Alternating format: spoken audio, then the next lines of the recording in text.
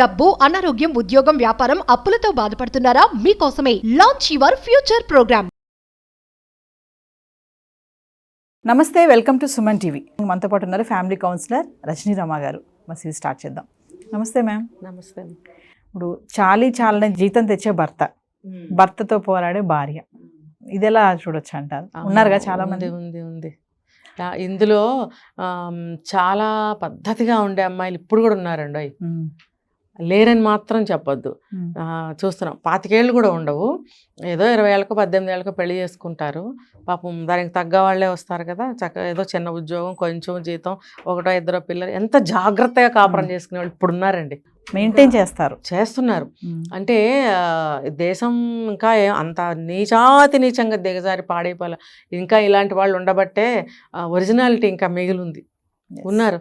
నేను చూసిన పాపం ఏదో చిన్న నైటీలు వేసుకొని 4-3 చీరలతోటి ఏదో ఒక 2 డ్రెస్సులు పెట్టుకుని జాగ్రత్తగా భర్త తెచ్చిన దాన్ని గడిపే అమ్మాయిలు ఎంతమంది ఉన్నారు. చిన్న అమ్మాయిలు, 25 ఏళ్ళ అమ్మాయిలు నేను చూస్తానండి. చక్కగా టైంకి వాళ్ళని చంకనేసుకొని చక్కగా అన్నం పెడుతూ పిల్లలకి. ఈ రోజుల్లో మరి చదువుకున్న అమ్మాయిలు, సాఫ్ట్వేర్ అమ్మాయిలు ఎక్కడన్నా చూసారా ఇలాంటివి? లేరు. మిడిల్ క్లాస్ అమ్మాయిలు కూడా ఉద్యోగాల పేరుతో బయటకు వచ్చి ఇలా మారిపోతున్నారే. కానీ కొంతమంది ఇలాంటి ఉద్యోగాలు చేయని అమ్మాయిలు ఇళ్లల్లో చక్కగా ఉన్నారు. భర్త తెచ్చిన జీతంతోనే జాగ్రత్తగా గడుపుతారు. కానీ చాలీజాలని జీతాలే. అంటే పోట్లాడే భార్యలు కూడా ఉన్నారంటే ఏం చెప్తారు? అది సిచ్యువేషన్ కోసం. ఇప్పుడు ఒక అత్యవసరమైందండి, అది గడవాలి, డబ్బు లేదు, బాధపడుతున్నాం, ఆ బాధలో నుంచి వచ్చిన ఆక్రందన అది, అంతే తప్ప ఇంకొకటి ఏమి ఉండదు. ఇప్పుడు భర్తను ఎక్కడో కన్నం వేసి ఇంకోటి ఏదో చేసి తెమ్మని అనలేరు కదా. కానీ పరిస్థితి ఇలా వచ్చిందేంటి మనకి ఎలా అనే ఒక బాధ, అది భర్తని మంచివాడైతే అతనిలో కూడా ఉంటుంది. భార్యకి తగ్గ భర్త అనుకోండి, అతను ఇద్దరికీ ఉంటుంది ఆ బాధ. లేదు టేక్ ఇట్ ఈజీగా తీసుకునే అబ్బాయి అనుకోండి, ఏం చెప్తాడంటే పర్వాలేదు, వాళ్ళకి అవుతా రేపు వస్తుందిలే, ఇవాళ చేసుకోకపోతే రేపు చేసుకుందాం అని ఒక ఆశను చూపిస్తాడు. ఇంకా కొంచెం కోపిస్తాడు అనుకోండి, నా దగ్గర ఉన్నది ఇదే, ఉంటే ఉండిపోతే పో అంటాడు అనమాట. పాపం ఆ అమ్మాయి కళ్ళనీళ్ళు కుక్కుని 2 రోజులు పుట్టింటికి వెళ్ళిపోయి మళ్ళీ మనసు ఇలా లాగుతుంది అనమాట, దారం పట్టుకుని లాగినట్టు, మళ్ళీ పరిగెత్తుకుంటూ వచ్చేస్తుంది ఇక్కడికి. ఇది మళ్ళీ ఖచ్చితంగా మధ్యతరగతి కుటుంబంలోనే ఇలాంటివి ఉంటాయి. బ్యాక్ రావడం అనేది అటు మళ్ళీ డౌన్ లో ఉండదు, మళ్ళీ అప్ లో కూడా ఉండదు. అదే కదా, ఆ మనస్తత్వం అనేది ట్యూన్ అయిపోతుంది. వాళ్ళ పెంపకాలు, పెరుగుదలలో కూడా అలాగే ఉంటాయి. దాన్ని మనము కొంచెం సాంప్రదాయం అని చెప్పుకోవచ్చు. కట్టుబాట్లు, సాంప్రదాయం అనండి, కట్టుబాట్లు అనండి, పెరిగిన వాతావరణం అనండి. నేను ఇదే చెప్పాను ఇందాక కూడా.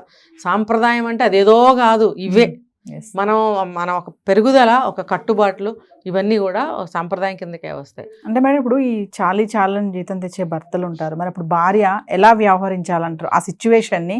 మరి అసలు భర్త పాత్ర ఎలా ఉంటుంది, భార్య పాత్ర ఏంటి అంటే ఏం చెప్తారు? ఇప్పుడు మనం ఉన్న స్థితి నుంచి ఉన్నత స్థితికి పెరగాలని అందరికీ ఉంటుంది. అది సాధ్యం కానప్పుడు ఉన్న స్థితిలోనే జాగ్రత్తగా ఉండటానికి మనం ప్రయత్నించాలి తప్ప గొడవలు పడకూడదు. ఆ ఉన్న డబ్బుని జాగ్రత్త చేసుకోవాలి. ఇద్దరు కూడా డబ్బు ఇంటికి తీసుకొచ్చినప్పుడు దాన్ని దేనికి ఎంత మనం పెట్టాల్సి వస్తుంది, ఎక్కడ ఎంత మనం పే చేయాల్సి వస్తుంది, ఇవన్నీ కూర్చుని జాగ్రత్తగా లెక్కలు వేసుకోవాలి. చూడండి, ప్రతి ఒక్క రూపాయి కౌంట్లోకి వస్తుంది. ఇలాంటి వాళ్ళకి 9 రూపాయలే ఉన్నాయి, 9 కాయిన్స్, 1 2 3 4 5 6 7 8 9 కాయిన్స్ ఉన్నాయి. ఇంకొక రూపాయి అయితే 10 రూపీస్ అయ్యేది కదా, నోట్ అయ్యేది కదా అని అనుకోని వాళ్ళు ఉన్నారేమో అడగండి. అప్పటి వరకు అది చిల్లర. అది 10 అయితే ఒక నోట్ అవుతుంది. ఆ నోటుకి ఎంత వాల్యూ, వాళ్ళకి అది నోటు, 10 రూపాయల నోటు ఎంత వాల్యుబుల్ తెలుసా? ఇంకొక కాయిన్ యాడ్ అయితే 10 రూపాయలు అయ్యేది కదా, నోటుని తీసుకెళ్ళి దాస్తాం కదా అని ఖచ్చితంగా ఉంటుందండి. అలాగే ప్రతి ఒక్క రూపాయి వాళ్ళకి వాల్యుబుల్ అనమాట, కౌంటబుల్, ప్రతిదీ కౌంట్ అనమాట. అంత జాగ్రత్తగా వాళ్ళు బడ్జెట్ వేసుకోగలిగితే జాగ్రత్తగా ఉన్న దాంట్లోని జాగ్రత్తగా బ్రతకగలుగుతారు. లేదు పోతే పోయిందే, 9 రూపాయలుగా అక్కడ పడే దేనికోదానికి వస్తుంది అనుకుంటే మాత్రం వాళ్ళకి కష్టాలు 9 రూపాయలకి కష్టాలా అంటారేమో, అది అనుభవించే వాళ్ళకే తెలుస్తుంది, కానీ వినేవాళ్ళకి చూసే వాళ్ళకి అర్థం కాదు. ఆ స్థాయి నుంచి పైకి వచ్చిన వాళ్ళని అడగండి, రూపాయి విలువ చెప్తారు. మిగిలిన వాళ్ళకి తెలియదు. ఇవాళ రోజున బిచ్చగాళ్ళు వాళ్ళు 50 రూపాయలు నోటు ఇవ్వాలట, ఏంటి స్కానర్ ఇస్తున్నారు. వాడికి డబ్బు విలువ తెలుసా అండి? అసలు వాడికి ఎందుకు ఇవ్వాలి మనం? వాడు ఏం చేస్తాడు, పక్కకి వెళ్ళి బిర్యానీ ప్యాకెట్ తింటుంటాడు. నా చేత్తో నేను 200 రూపాయలు పెట్టి ఫుడ్ ప్యాకెట్ కొని చేతిలో పెడితే దాన్ని ఇలా చూసి అక్కడ పెట్టేసి వెళ్ళిపోయాడు. ఎందుకు? డబ్బులు కావాలట. వాడికి పొట్ట నిండిపోయింది ఆల్రెడీ, ఎక్కడో ఎవరో పెట్టారు, తినేశాడు. ఈ ఫుడ్ తీసుకెళ్ళి అక్కడ పడేశాడు, మరేమో డబ్బులు కావాలంట. డబ్బు విలువ వాడికి తెలీదు, తిండి విలువ తెలియదు వాడికి. కానీ మధ్యతరగతి వాడికి బాగా తెలుసు. ఎస్. వాడికి అట్టడుగున్న రోడ్డు మీద బిచ్చగాడికి తెలియదు, వాడికి రూపాయి లేదు, ఇల్లు లేదు, వాకిల్ లేదు, బట్ట ఉండదు, వాడికి ఏమి ఉండదు, కానీ వాడికి రూపాయి విలువ తెలియదు. మిడిల్ క్లాస్ వాళ్ళకి తెలిసినట్టుగా వాళ్ళకి ఏం తెలియదు, వాళ్ళకి అది ఎవరికి తెలియదు. ఎస్. కాబట్టి వీళ్ళు ప్రతి రూపాయిని దాయాలనుకుంటారు, ఒక అంత డబ్బు చేయాలనుకుంటారు, దాన్ని ఒక మంచి కార్యానికి ఉపయోగించాలనుకుంటారు. ఇంకా పెళ్ళిళ్ళు, కథలు, కార్యక్రమాలు పిలుస్తూ ఉంటారు. వెళ్ళాలనిపిస్తుంది, వెళ్ళాలంటే ఏదైనా కానుక ఇవ్వాలి, ఏమి ఇవ్వాలి, ఎలా ఎలా ఎలా ఎన్ని రోజులు తలలు బద్దలు కొట్టుకుంటారో నాకు తెలుసు.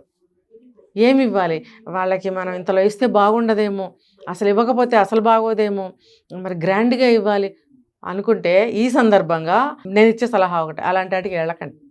గ్రాండ్గా ఇవ్వాలనుకునే చోట్లకి మీరు ఎందుకు వెళ్తారు? వాళ్ళు మనకి తోగరు, మనం వాళ్ళకి తోగం, వెళ్ళకండి.